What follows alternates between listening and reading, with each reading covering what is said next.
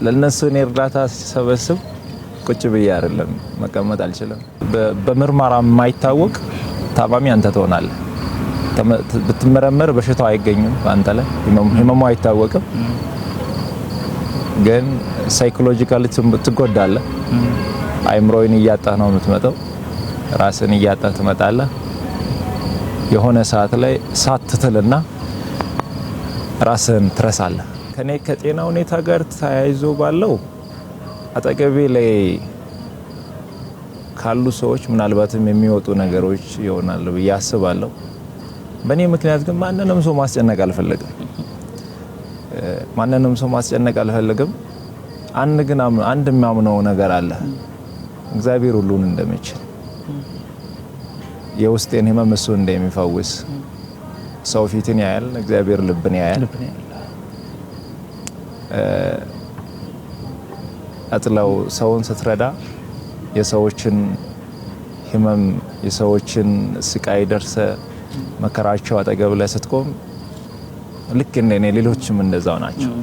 ፊታቸውን ስታይ ወጥተው ሲገቡ ለሌሎች ሲተርፉ ለነሱ ይበቃቸው ይመስላል።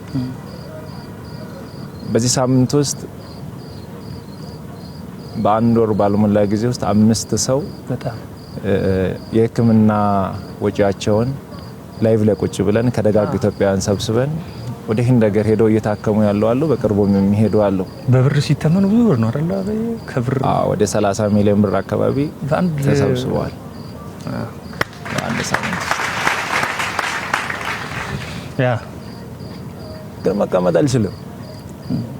ለነሱ እኔ እርዳታ ሲሰበስብ ቁጭ ብዬ አይደለም መቀመጥ አልችልም። መቀመጥ የማልችልበት ምክንያት አለ። እነሱ ደግሞ ተፈውሶ ሲመጡ እኔ በረታለሁ። የነሱ ገንዘብ ተሰብስቦ እያለቀሱ የነበሩ እናቶች፣ እያለቀሱ የነበሩ አባቶች፣ የአንገቱን የደፋው ወጣት አንገቱን ቀና ሲያደርግ ያቺ እናቷ በኩላሊት ምክንያት ታማ ስታለቅስ የነበረች እህታችን ሳቋን ሲያይ እኔ ልብ ይበረታል። የኔን ህመም እዛ ጋር ረሳለሁ፣ የኔን መታመም ረሳለሁ። ግን ደግሞ ሳልፈልግ ሰውነቴ እየቀነሰ መጣ።